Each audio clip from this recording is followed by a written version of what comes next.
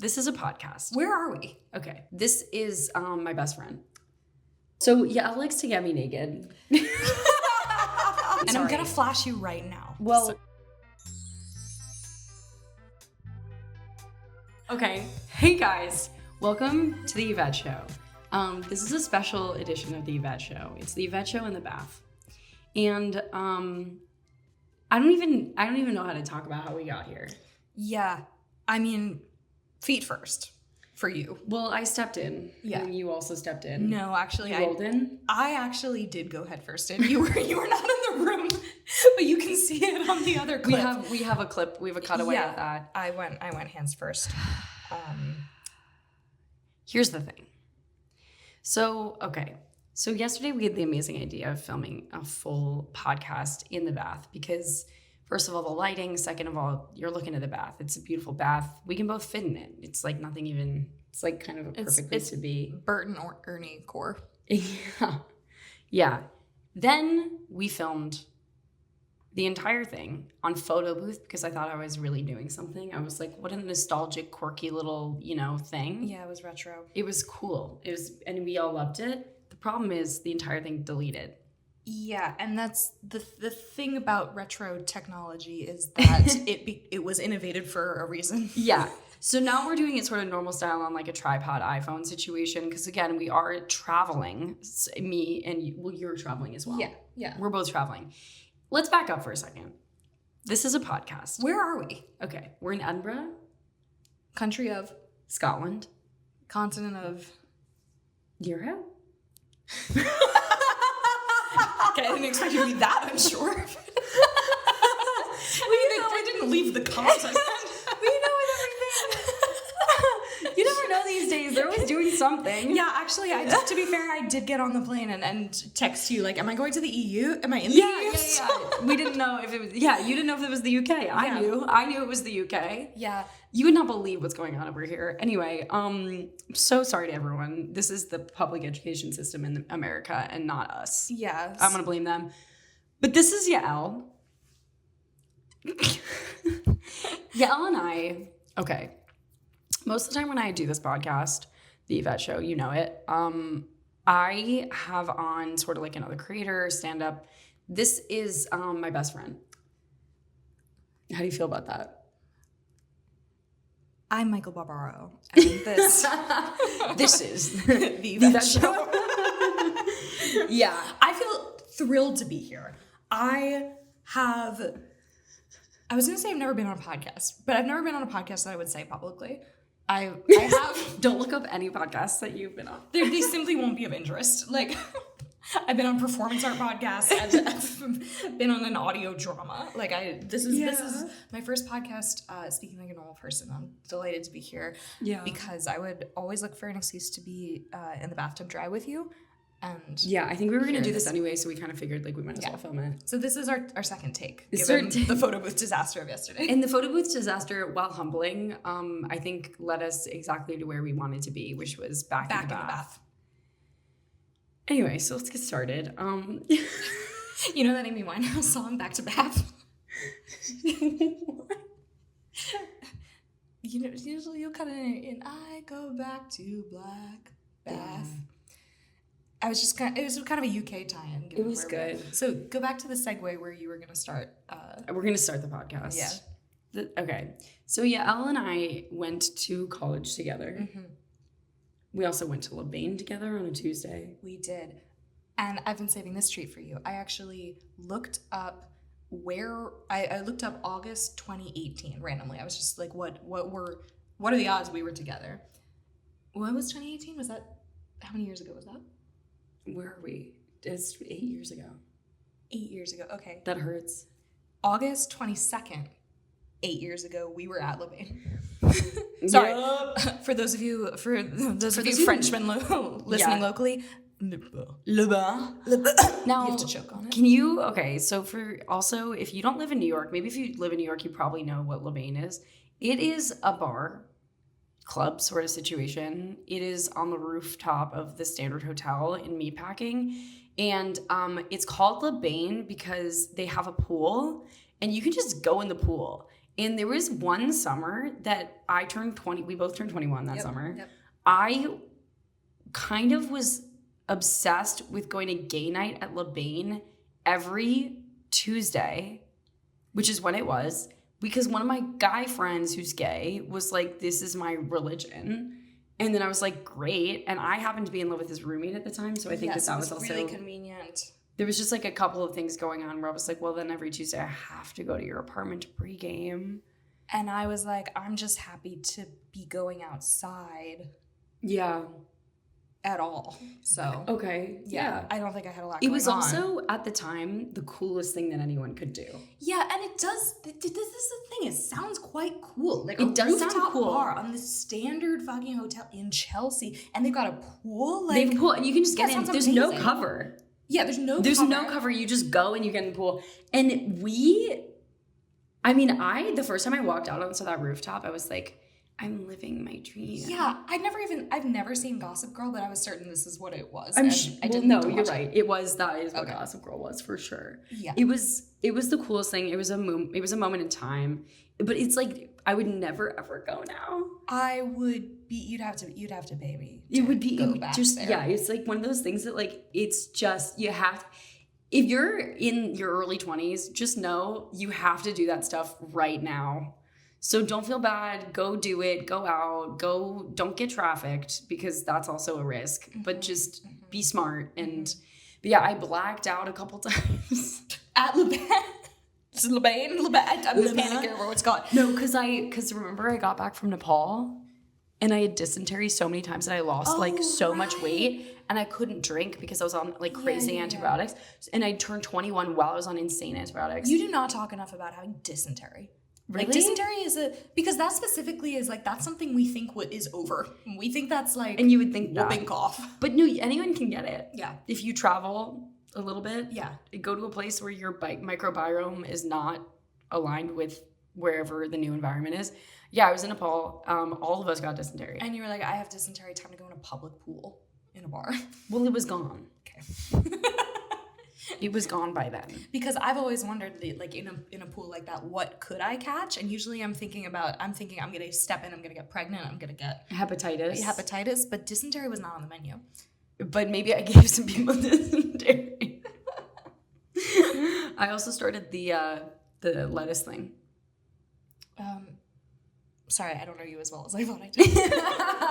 I went to Mexico and the lettuce thing. Oh, I pooped on all the lettuce. Sorry, I've been living outside the U.S. I forgot about this, but I heard it. Okay, so this is important. Okay, sorry. So let me just give a crash course in who Yael is and why we care. So Yael and I, we went to college together. Her name also starts with a Y. Mm-hmm. She looks like this. We're similar sizes. You can tell from the bath. It's really accentuating that.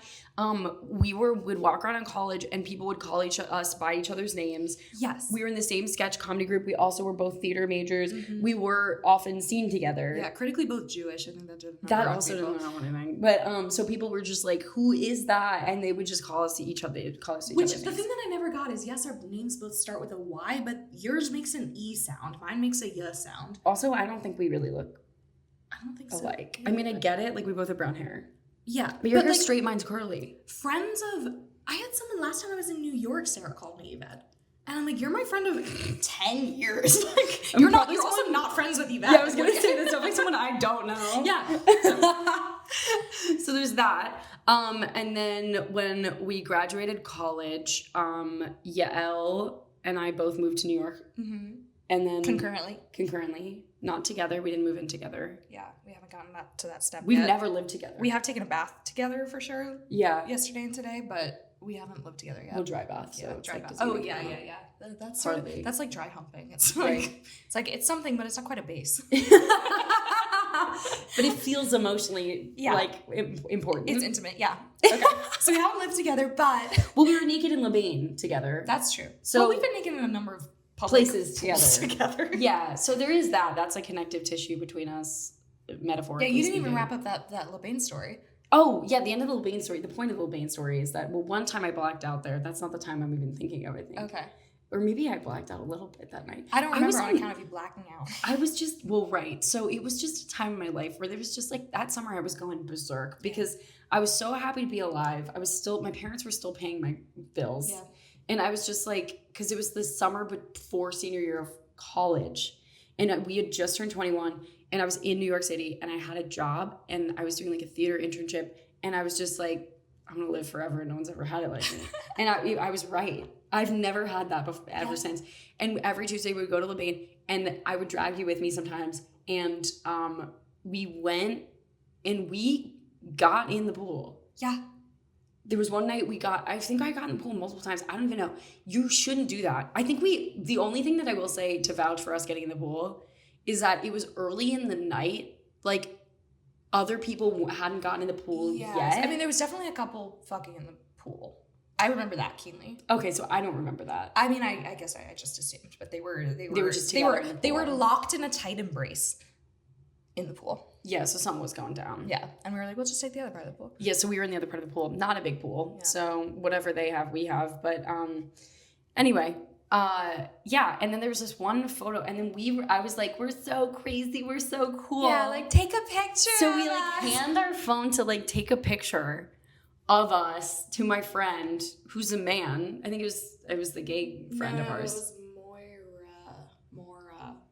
Mara. Couldn't even tell you who that is. It was a small woman. We'll figure it out later. And we'll find her. And I was like, this is gonna be the sickest photo. We're gonna post on Instagram, like whatever. I look at my phone the next day. I'm up to here. And like, we're both topless, important. It looked a lot like this bath photo. Yeah. Except she's there. And then I'm here. It just fully up, tits out. It's not what I thought. Full, not like, nip, like just full frontal, full tit, full boob. But then I made a decision that I've lived to regret and actually I've never lived down, which was I wanted to send Yael the photo. And I felt weird I'd never sent a nude before. I'm young, I'm prude, I'm new to the world. And so I go to send her the photo and I go, it's weird to send her a nude, even though it was her body. So what I decided was more appropriate. It was a game time decision. It was the wrong thing to do. I was hungover, I guess. I can't even blame that. I made it like fully thinking. You click on markup. Yeah, I clicked buttons. I found emojis. I went through, I picked emojis and I put them on her nipples and then I sent it to her. And then she goes, what the fuck is wrong? You put turtles on my tits. I was thinking what would be funny. No, you thought you were going to get arrested for, like, pornography. I don't know what you thought. Yeah, I think because my dad's a lawyer, he really instilled some fear in me about these things. But that wasn't... And I was like, can you send me the uncensored cut?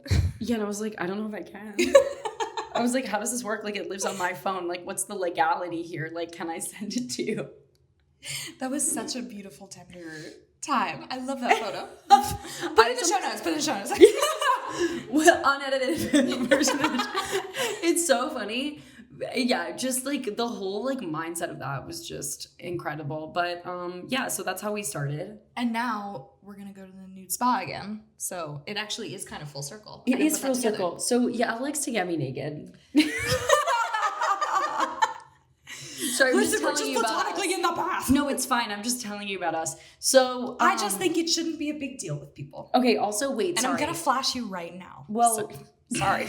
Hey, family podcast. Yeah, kids are watching this. Right, I forgot. Okay. No, so oh no, okay. So this was gonna say because I've sort of been talking, given no context on you still. Sure. Yeah. So who Yael is? Not only my very good friend, not only my twin in another universe for people who aren't paying attention. You also are a theater maker. This is true. That's how you would describe yourself? I like to hear it out of your mouth. So what's your LinkedIn bio? LinkedIn, I don't remember, but usually I would say performance artist writer. That's what my bio performance says. Artist writer. And that is not to be confused with actor, producer, comedian, which is what mine is. It's like literally so hard to be a multi-hyphenate. No, and you can do it all. So it's like, I get You know that. what's fucked up actually that's just occurring to me in this moment? The word multi-hyphenate doesn't have any hyphens in it. You don't multi-hyphenate? I don't think so. I don't think you need to. Anyway, I'm doing my very best to distract you from saying anything about who I am. Okay, great. apparently. And then now, so after living in New York with me in the same city, not in the same apartment, together for a few years, Yael made the very dramatic and insane, psychotic, sicko mode decision to move to Berlin for grad school. You pray love. For theater arts. Clown college. Right, you said it was, and, Yes. and then she got there and it was clown. Yeah. I think I thought it was going to be more, I mean, it was devising, but we were clowning. We were clowns far more often than I thought, and we were also animals for a very long time. What was the clown thing like? It wasn't like Hong Kong, tits my juice, but... What did you just say? Tits my Jew? Well, I was gonna say tits McGee, but that felt too obvious. So I was She just said tits my Jew. Okay. no, I said my juice. Yeah, but it's too close. That's my new. I actually did think of a drag name in the shower this morning, Okay. but I'm scared it exists. So so I guess I'm speaking it as the open now. What if I did a Jewish drag queen called Labia Minora? Beautiful mind. Okay. So anyway, it was that sort of clowning where you're like, it's about discovery and like, the clown like. You're saying that as if that's something that anyone would know, and that's not computing in my brain. I don't know who is possibly listening and watching to it. The people who are watching this are not theater people. I can tell you that much. Okay. Comment if you're a theater person, like prove me wrong. I just don't get the sense that I'm like really appealing to like the deep theater. I think that's best case scenario. If you're a theater person and you're listening to this, something's gone very wrong for you or them. Yeah. Which, by the way, if you are a theater person, I love you. I was like you once, and I hope we're both in recovery from that. Yeah, it's one of those things you got to move on. Yeah, we were both in musicals. It's fine. Yeah. Yeah. And then also importantly, this is important for the sake of female friendship and transparency. When I first met Yael, we were in the same class in Drama 102 together, which is the intro level drama class at Vassar College. And I remember she introduced herself and I was like, that fucking theater bitch. I hate her. And then we got into the same sketch comedy group and I went, this is going to suck because it's like such a small group. And then like day 2, I was like, oh, this is my main hoe. Every time you tell this story, it gets harsher and harsher. And more beautiful at the end. And then it was such a flip. And honestly, famously, I'm so wrong about people. One thing I've like learned. Yes, I've learned this. First judge. Terrible first judge of people. Interesting, huh? I have felt so strongly about certain people, and I like those are the ones that like really blow up on me. Whoa, I don't think I knew that about you. I've really felt that way. Like a lot about like my past like relationships. That's why if I have like more of a slow burn, not like crazy slow burn, like sometimes if it's like too slow burn, I'm like, all right, well, you guys are just you don't like each other. But like a little bit of like I don't know, and then learning about somebody being like, oh, I like you. Because it does take a while to get to know somebody. They do say that. Interesting. I think I'm You're the a opposite. little bit the opposite where You're always right. No, it's not that I'm always right. It's that I always have a gut feeling and I usually ignore it in either direction. So true. Or I'm like, well, that's so girl brain of you. Yeah, I know. I mean, I just want to give everyone the chance and the benefit of the doubt. And I just, as a nice person, I want you to be able to do horrible things to me before. Just so you have everything you want. Yeah. First, right? No, that means you're a good person. I thought so. I think that's the rule. You have to destroy yourself for the sake of others. Yeah. And then that means that you can go to... Yeah, and if you destroy yourself for the sake of men, you get, like, double the points. Yeah. That's actually our religion. Yeah, and that's how you, like, I'm on a fast track to heaven sort of thing. Exactly. And you're going to go to heaven? super heaven. Yeah, super heaven. Super girl heaven. It's where actually, it's, you know what's so funny about it? Same place as dog heaven. Yeah. Yeah. All the girl heaven is just no men and dogs. Yeah. I was gonna make a joke I can't make. I'll make it later. Why? It was that Epstein. It's over.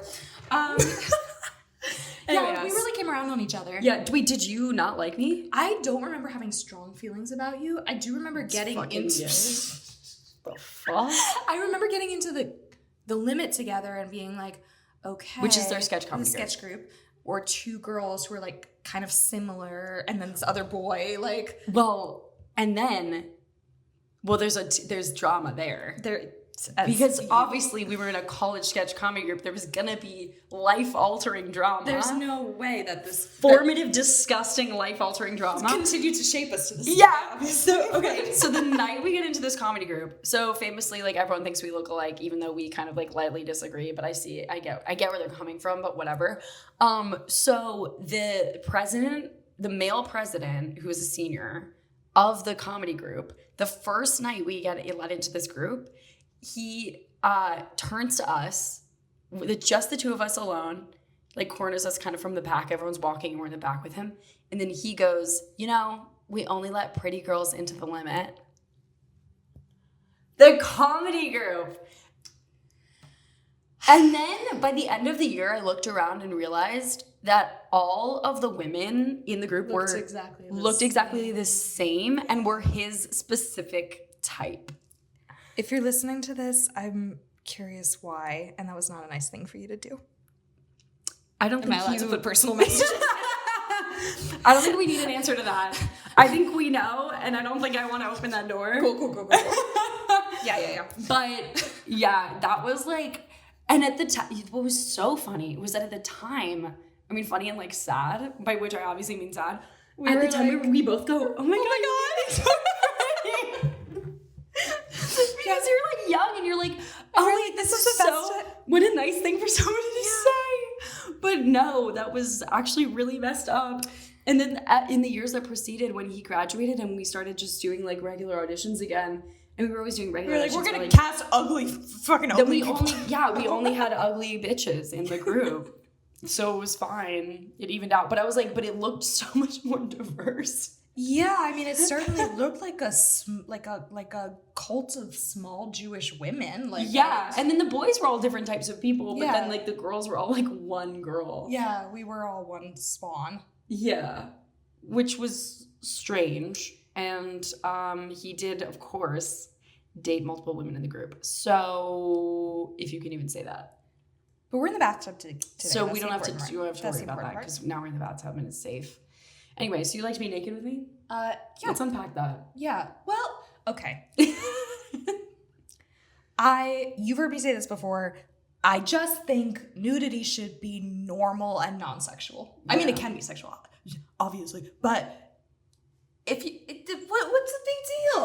What's the big deal? Well, really, well, I mean, it can be sexual. It can, on occasion. Whenever you do when or do mommy not loves want daddy it to be, very much. Yeah, it can be sexual. Well, I feel like so you, when you moved to Berlin, kind of embraced Berlin culture. Yeah, that's fair. There's a big culture of nudism. I mean, I think it's, I tried to trace this back. There's actually a name for it, FKK. That's crazy. Is that German? Yeah. Okay. Like if you can go to an FKK beach or lakes, there are areas and parks where that sounds terrible. Yeah. Yeah, well, that's just everything German sounds terrible. Everything German sounds like it's people are murdered there, but they're just so words. crazy. What a coincidence! I know, how could that? I don't know why. I wonder how that would ever have happened.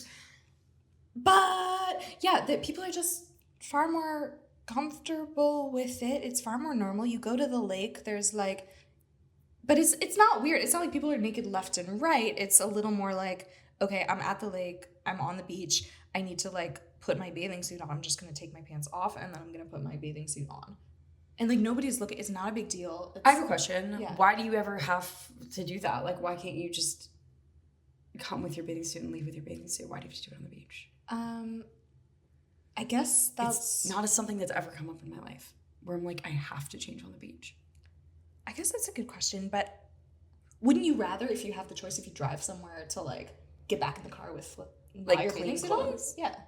Oh yeah, I guess then I would go to the bathroom and change. Do you think the reason you haven't been in this situation is because you did not feel free to be completely nude in public? Probably not, but I don't know. I just it feels. I'm really gonna have to think about the beach. I'm not often driving to the beach though either. So there's that. I have not seen a longitudinal study on the effects of normalized nudity in the family home or the public sphere. I don't know that this is net good for society, but I do think it's not good for us. It's not good for us. It's at the very least net neutral. It's not neutral. I will say, okay, so we kind of talked about this on the one that we entirely deleted, but so just know that, viewers at home. So Yael likes to do this thing in Berlin. There's a nude co-ed spa that you can go to, and it's like a huge thing. It's not like a niche thing. It's like a mainstream thing. It's totally mainstream, but also on the record, most of the saunas in Britain, like there's a big sauna culture, I think, in Europe in general, but especially Germany, like, I don't know, like for Scandinavia or whatever. Yeah. They are generally nude. Like I went to the gym recently. And she was nobody's clapping. Naked. She walked in naked. Everyone went, Jesus Christ. Put some clothes on. Or at least bend over. But I went to the gym. It's 11 a.m. I'm so sorry. I went to the gym. It was shocking. I actually just went because I saw that there was a sauna there and I had a free pass. And I went into the sauna, whatever. They had like a ladies sauna, so I did that because ladies nice. And then I went out onto the porch, and it's kind of a tall building, and they had an outdoor balcony, whatever. Everyone's naked on the balcony. They're just sitting there reading the books, all ages, all sizes, all whatevers. Yeah. It's just, yeah. That's nice. And this gym is like McCrunch. This is like a regular. Is that a place? Did you say McCrunch? Yeah, it just sounds like the name of a gym. It's Crunch Gym with a McDonald's in the front. Okay, cool. They partnered with McDonald's to do Crunch. Right. Which is famously they cancel each other out. Yeah, so it's like you really go to Crunch to get the McCrunch experience. This whole thing especially with such little context about me, is like really making it sound like I have come to this bathtub to proselytize public nudity. and that's actually your resume. Yeah. But there is something to be said for tits to the wind. For sure. It's like kind of an experience, like flapping in the breeze. It's so good. I used to, my grandparents had a house in Nantucket and they had an outdoor shower. And I would be naked in that thing forever. It's just something about being outside. And sometimes like a deer would run by and it was like sunset. So and I'm like, are you kidding me? That's God. Yeah. I met him. Him. Anyway, so we went to the nude co-ed spa together. Mm-hmm. It cured my body dysmorphia. Mm-hmm. That's the other thing that I think is really important. Yes. Because you just don't get to see everybody naked all the time. And I think that we should be able to do that. You also, I recall, learned a lot about, had a really embodied learning experience regarding circumcision. If I'm allowed to phrase it that way. I don't remember that. What did I say? I think you were just like really in shock of that no one was circumcised. You were just sort of like, was I looking at people's penises? It's kind of pervy. What do you mean?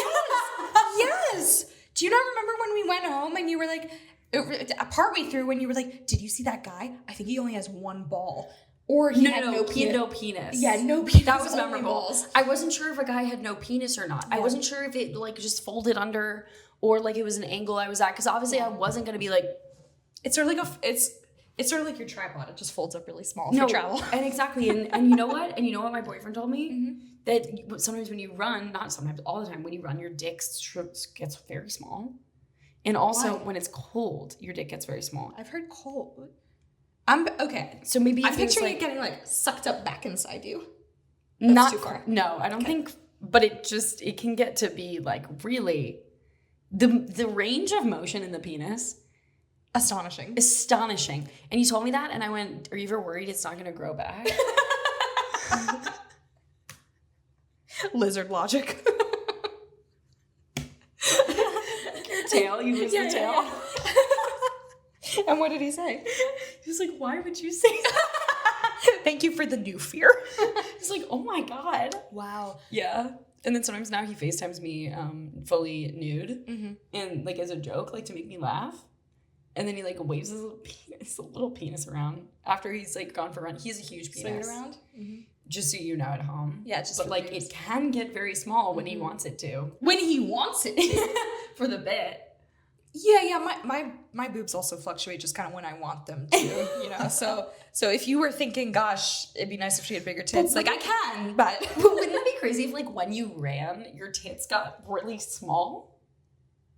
That'd be insane. I have this sometimes, you know, I don't like wearing a bra anymore because you're so crazy. Well, no, I feel For like Lynn. I think you're right. Getting to college, I just kind of realized I didn't really need it. Yeah, no, there was a time in like middle school where you're like, I need to wear a bra. Like everyone wears a bra, and then you get to college and you're like, I'm not. Why would I ever? You're like, oh, my boobs are small. Yeah, I don't. Actually, my boobs grew recently. Yeah, I have to. You noticed?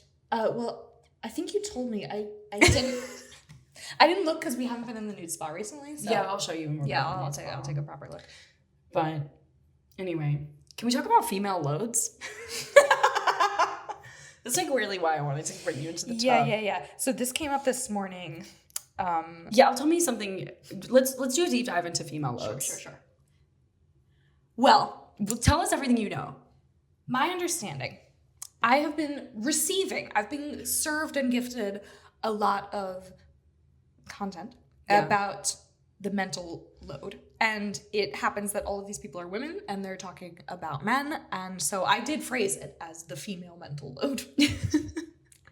Which we said makes it sound like... Sounds like someone's coming in your brain. Which in a metaphorical sense, they are. Yeah. They're coming, they're leaving you with the load. Yes.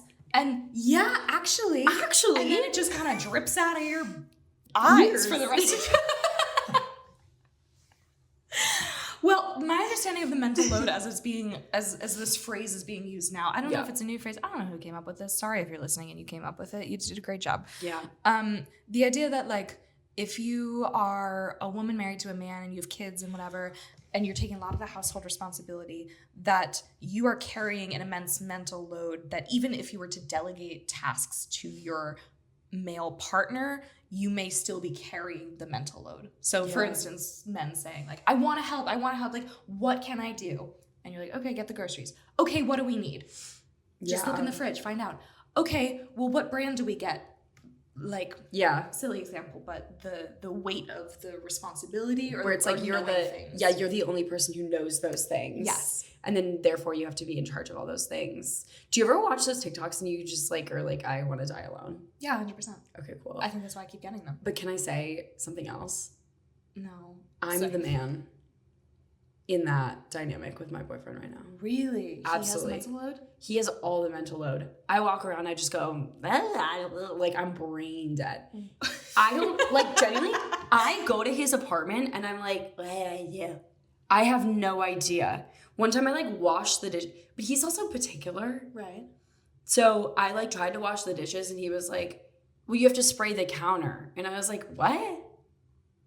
I was like, no, it's fine. And then sure enough, I should have sprayed the counter. Okay, so maybe he's sort of bulked up he's invented some things to add to the mental load. Yeah, but also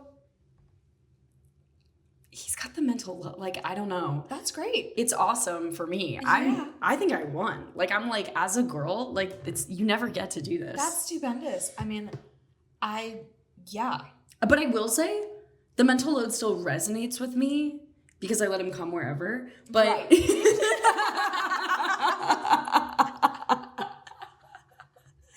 His mental load becomes your physical load. Yes, you're the load bearer. I would like to bear it, but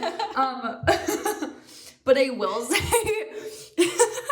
but I will say I carry a lot of like the emotional weight because I think that women tend to take that like very personally. Yeah. I think you and I specifically, we take a lot of stuff like so personally because we don't want to put anything on anyone else. Yes. And that's like our love language almost, but we take it to a degree where we're like, it's actually like destroying us. Yeah, it's beyond acts of service. It's like, It's like, oh my God, just walk all over me and I will never say anything. Yeah. You're more than I am. I mean, I have been working on this after someone else. Sometimes I don't notice until people do. I went on a date with someone and I was like, I'll order the, whatever, what do you want with beers? And they sort of watched me do it and I didn't even notice obviously my voice shot up 7 octaves. That's my favorite thing about you. Every time Yael tries to order something, she goes, "Hi, I'll have a Coca-Cola. That's okay." Yeah, but apparently the way I did it, I was like, "Hey, I'm so sorry to bother you." Like, at work doing your job. Yeah, fully like waiting online. I'm like, "Hey, I'm so sorry. Do you think like would it be possible to get 2 beers if you have the chance? Like, sorry, I'm so like I shouldn't be here. You can like just shoot me, but whatever you want to do with me as a result of me even asking this is totally above board. It's totally I out of agree. line for me too. I know you're just a bartender and like I shouldn't be asking you for this. But if you do want to take pity on a young lass, like give me a couple beers. Give me a beer, please. Yeah. I mean, to be fair, the service people in Germany are gruff as hell. Like they look like they want to kill you in general, but yeah, But then they're like low key nice though, I find. It depends. It depends. Yeah. Okay. But then I went back to the date and they were like, why did you apologize to them? And I was like, I did? They're like, yeah, why did you say you were sorry for ordering? And I was like, cause I'm not sorry for ordering, I'm sorry for existing. And it's a really good distinction. Yeah. And one that you should definitely make. Yeah. And make sure you keep doing it. Yeah. But I will say, here's my other counter on this. I think you actually get further sometimes as a woman by playing that role. That I think is true. Like, That's because if you are just direct, people go, "What the fuck? That's a bitch." Bossy bitch. Yeah, and I hate you. Like that like horrible woman. Yes. Yeah. Is that true? So you do have to like toe the line. But I think you definitely are pretty far down the line. Yeah, I don't know. I haven't seen the line yet. I don't know where. Yeah. But what you're doing is working, kind of. Yeah, I mean, I'm aware. Okay. I'm aware. I'm gonna order. That's my task for today. I'm gonna order something, and I'm just gonna be like a normal person. Okay. Do you guys like that? I'm Is that okay with everyone? Just seeking a little validation on that. Hey, do you think that'll be okay? Mm-hmm. And is that okay? Yeah. Anyway, what's your favorite and least favorite thing about me as someone who's known me for 11 years? Oh my god, 11 years. Crazy, right? Oh, that's my favorite. We were born together. Yeah, in a tub. My favorite thing about you. Well, this is an interesting question because now I'm thinking sort of ontologically about favorites. Like what do I think is your best quality? Might be different than what's my favorite thing. I think my favorite thing about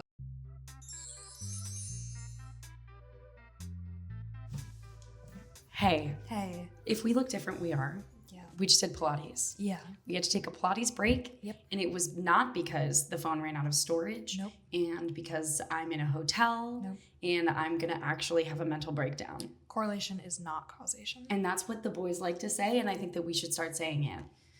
Freakonomics for women. Girlnomics. Freaknomics. That's the word already. That's what it is. I start crying. I'm so close to crying. I have to do my hours after this, by the way. Just so you know what's going on. Not only are we in the tub, I have 2 shows tonight that I have to do because I'm doing my show every day. We do an hour every day. And then I'm also doing another show. And and this podcast is coming out today. Do you want a bath hug or is that just going to make you cry?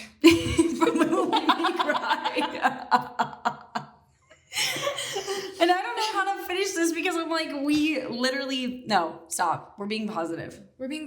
Let's, and if you hear that sound in the background, it's the sinks keep talking to each other. They keep draining at spontaneous times. It's like, I don't even know what they're draining. There's nothing in there. Here, let's frame it.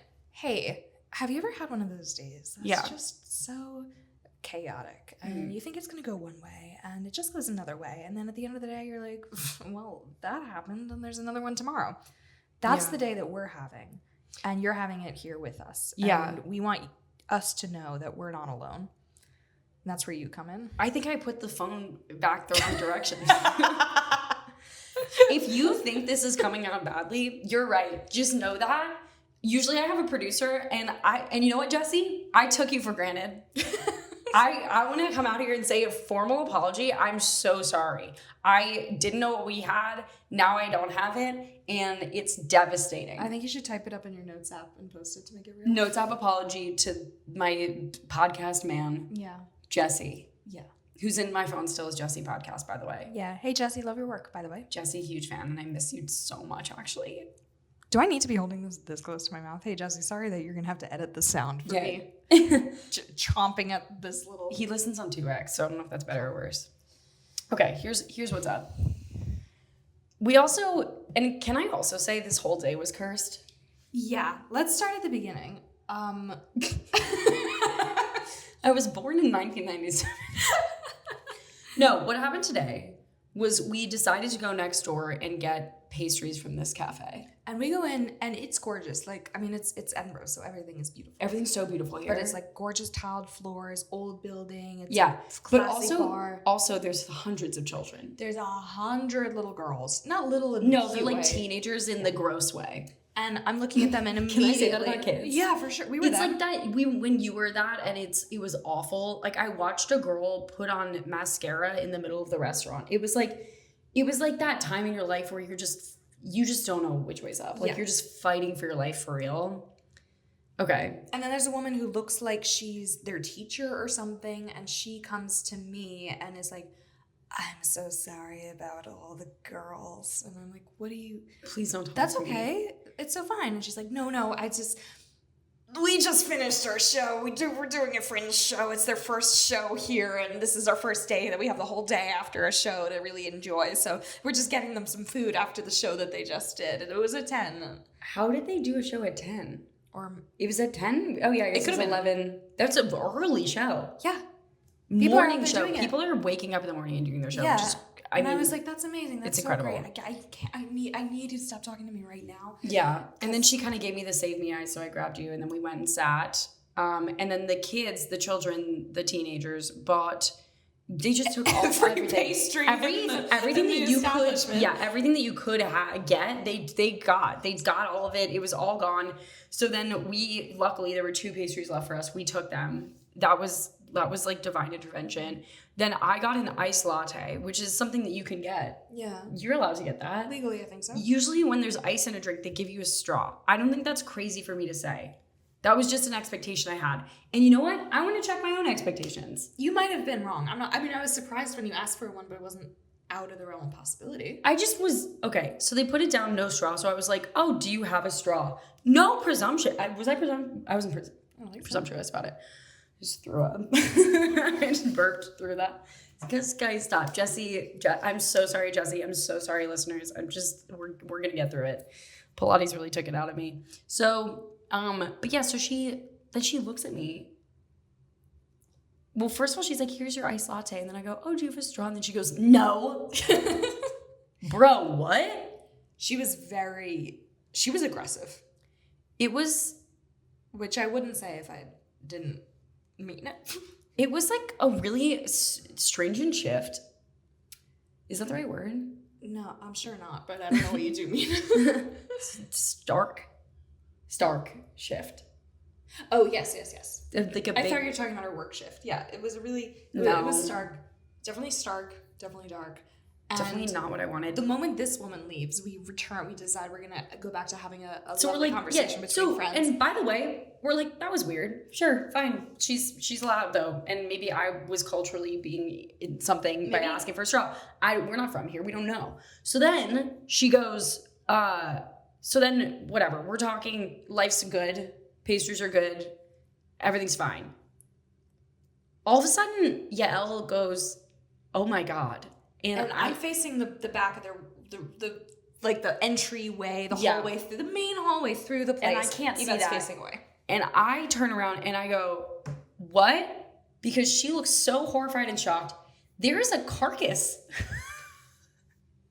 A massive, like a pig, like butchered pig. Approaching the size of this bathtub. So huge, like a guy with over-the-shoulder pig just through the brunch restaurant. And then we go, that was crazy. Not only, it keeps going. There was 15 pigs. This was a meat. I was like, is it meat day at the restaurant? And then that goes on for like 10 minutes. And then the waitress comes back and she goes, hey, we're going to close in about 10 minutes. I'm like, that's okay. What's going on? Why didn't you close now? There's children. And every time it keeps stopping and I keep thinking it could over. be. Because it's like one of those things where it's like, this is so unpleasant. Like, we should go if this is going to continue. Covered, it's just straight up carcass. I'm like, is it bleeding on the floor? I can smell. I didn't want to say this. I could smell them. Oh my God. I couldn't smell it, but I saw the stains on the main guy, it has this like white lab coat and bright orange surgical gloves, which I've never seen. Which is like, it's like a horror movie. It's so scary. And then every time we think it's over, I'm like, Yvette, there's 3 men carrying one this time. I just wanted to finish my coffee, which I had to drink slower because I was strong. Yeah, it's harder to suckle it up. It all comes back to the straw. Anyway, and then we tried to record the podcast, so I think we were doomed from the start. I think so too. Because we got doomed we got cursed by the pig parade. The meat parade. Yeah, actually, I have never really considered becoming a vegetarian, but that brought me close. Watching that was like, I can't really just go right back in. Yeah. Good thing I'm selectively kosher. Yeah. Anyway, do you have anything else to say? I really enjoyed being here. I just wanted this to be over. You got, in a good way, and I love you, and I'm so glad you're here. It is quite wonderful that people just listen to you gab. And that is like a treasure and a delight. And if you're listening right now, I'm obsessed with you. You're the love of my life. True. And even more so than, I don't want to finish the sentence, but I'm tired. I'm tired of the technical difficulties. I'm tired of the mics. Hey, it's time for me to put the baby to bed, okay? I'm getting cranky. Yeah. And I'm so glad my friend Yael is here. Oh, you know what else I wanted to talk about? What? Did we talk about the Diablo? No! Hang in, kids. It's not over yet. Okay, one last thing, and then I swear we're done. Okay, we're here, it's the Fringe Festival, right? I'm performing every day for an hour. Like, that's the Fringe. It's like such a cool experience. It's like, I would describe it as theater camp for adults. Yes, absolutely. But it's also like everyone can be here, and there's all these people, and they're like, I mean, there's like food trucks and like bars and like all this stuff. It's all outside. It's all in the, it's amazing. It's such a silent cool disco. Like, people come here to party. Yeah, it's like the coolest thing I've ever been a part of. It's also amazing because I'm doing stand-up, right? So that's like a pretty basic sort of like just lights on, lights off. There are multiple circus tents. I didn't even know that until you got here, and then you were like, let's go see the circus show. I said, babe, I'm taking you to the big top. And we went to the big top. And so we got tickets for the circus show. And, okay, it was good. It was obviously very good. I could never even touch what they do on that thing. But this one guy in particular, he just like, his thing was the Diablo. Do you know what the Diablo, do you remember using the Diablo in high school? Answer that in your brain. You did it.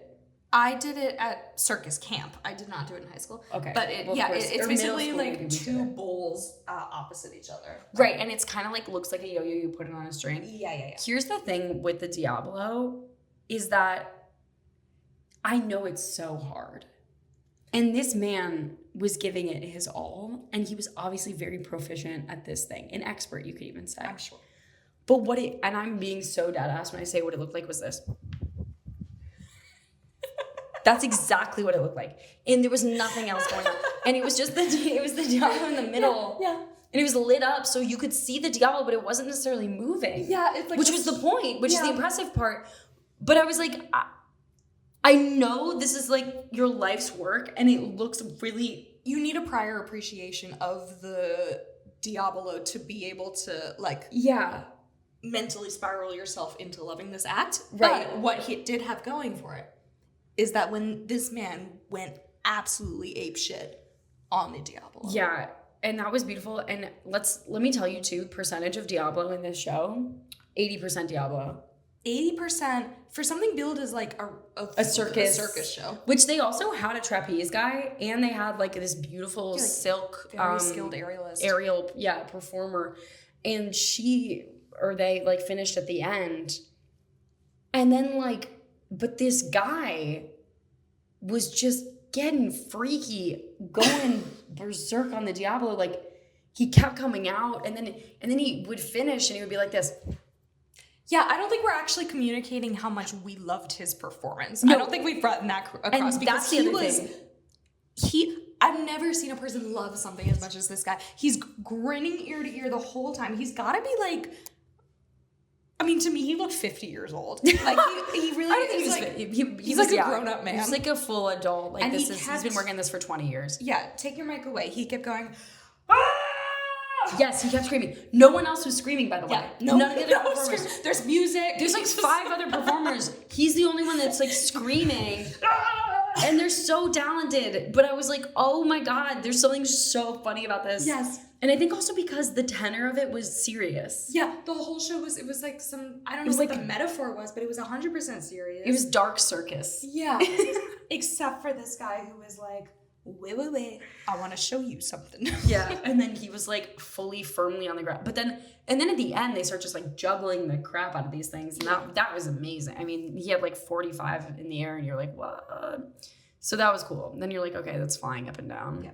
But it was, I think my takeaway was that it's not often in life you see someone doing what they were meant to do.